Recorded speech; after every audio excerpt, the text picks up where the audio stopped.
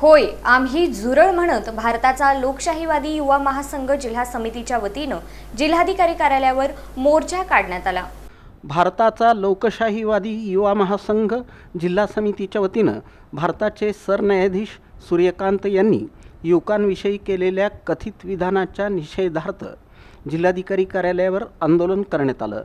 आंदोलनात सहभागी तरुणांनी होय आम्ही झुरळ असं उपरोधिक विधान असलेली जॅकेट परिधान करून जोरदार घोषणाबाजी केली। सर्वांना शिक्षण, सर्वांना रोजगार मिळालाच पाहिजे, मिळालाच पाहिजे, मिळालाच पाहिजे। अरे सर्वांना शिक्षण, सर्वांना रोजगार मिळालाच पाहिजे, मिळालाच पाहिजे, मिळालाच पाहिजे। अरे रोजगार आमच्या हक्काचं, नाही कुणाच्या बापाचं। अरे रोजगार आमच्या हक्काचं, नाही कुणाच्या बापाचं। अरे शिक्षण आमच्या हक्काचं, नाही कुणाच्या बापाचं। अरे शिक्षण आमच्या हक्काचं, नाही कुणाच्या।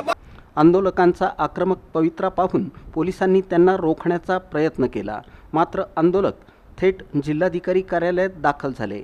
त्यानंतर निवासी उपजिल्हाधिकारी अभिजित पाटील यांनी आंदोलनकर्त्यांना चर्चेसाठी पाचारण केलं।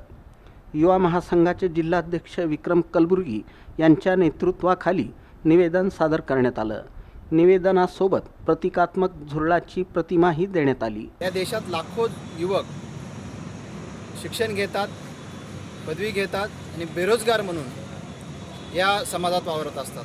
ते वावरत असताना लोकशाही मार्गाने अनेक वेळा आंदोलन करतात, सोशल मीडियावर व्यक्त होतात, निवेदने देतात, आपापल्या भावना व्यक्त करत असतात। सरकार मात्र त्याबाबत न्याय देत नाही, रोजगार काढत नाही। असे असताना आज ज्यांच्याकडे न्याय मागावा, ज्यांच्याकडनं अपेक्षा करावी, जिथं दाद मागावी, त्या दाद मागणाऱ्या व्यासपीठानेच, त्या संस्थेनेच या युवकांना झुरळ म्हणून संबोधावं ही धिक्कार करण्यासारखी गोष्ट आहे। म्हणून आज आम्ही सनदशीर मार्गाने, लोकशाही मार्गाने आणि आम्ही सगळे झुरळ असंच आम्ही स्वतःला काही वेळासाठी संबोधावं लागलं, कारण आमची प्रतिमाच त्यांनी झुरळ करून टाकली। आमच्याकडे असणाऱ्या डिग्री ह्या झुरळ म्हणून टाकल्या।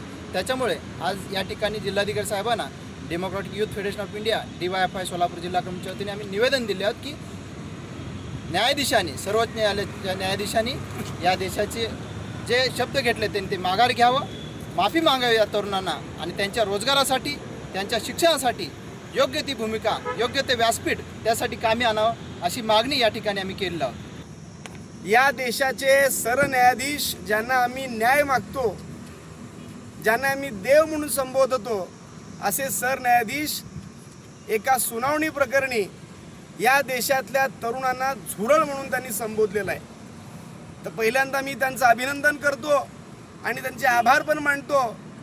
त्यांनी हे विधान म्हणत असताना काही गोष्टी नमूद केलेल्या आहेत। त्यांनी म्हटलं या देशामध्ये बेरोजगार तरुण आहेत, या बेरोजगार तरुणांच्या हाताला काम नाही, ही सत्य परिस्थिती त्यांनी देशापुढे मांडलेली आहे। ही वस्तुस्थिती या देशाचे पंतप्रधान यांनी लक्षात घेऊन जे बेरोजगार तरुण आहेत तुम्ही त्यांच्या हाताला काम द्या, म्हणजे ते झुरळासारखे तुमच्यावरती हल्ले करत नाहीत। म्हणून या सरन्यायाधीशांनी जो विधान केलेलं आहे ते विधान करत असताना वस्तुस्थिती मांडलेली आहे, पण वस्तुस्थिती मांडत असताना युवकांची तुलना त्यांनी झुरळांशी केली। या वक्तव्याचा आम्ही निषेध करण्यासाठी या ठिकाणी आलो आणि आम्ही सनदशीर मार्गानं, कायदेशीर पद्धतीनं जिल्हाधिकाऱ्यांना निवेदन दिलेलं आहे। खरं तर आज आम्ही जिवंत झुरळ या अधिकाऱ्यांच्या खोलीत सोडणार होतो, परंतु त्या प्राण्यांचं, त्या मुख्या प्राण्यांचं देखील जीवाचं बळी न घेणं हे देखील त्यांचं अधिकार कुठेतरी हिरावल्यासारखं होईल। आमच्यातली माणुसकी दाखवून आम्ही ते काम न करता प्रतिमात्मक झुरळाची प्रतिमा या ठिकाणी निवेदनासोबत जिल्हाधिकारी यांना दिलेलं आहे।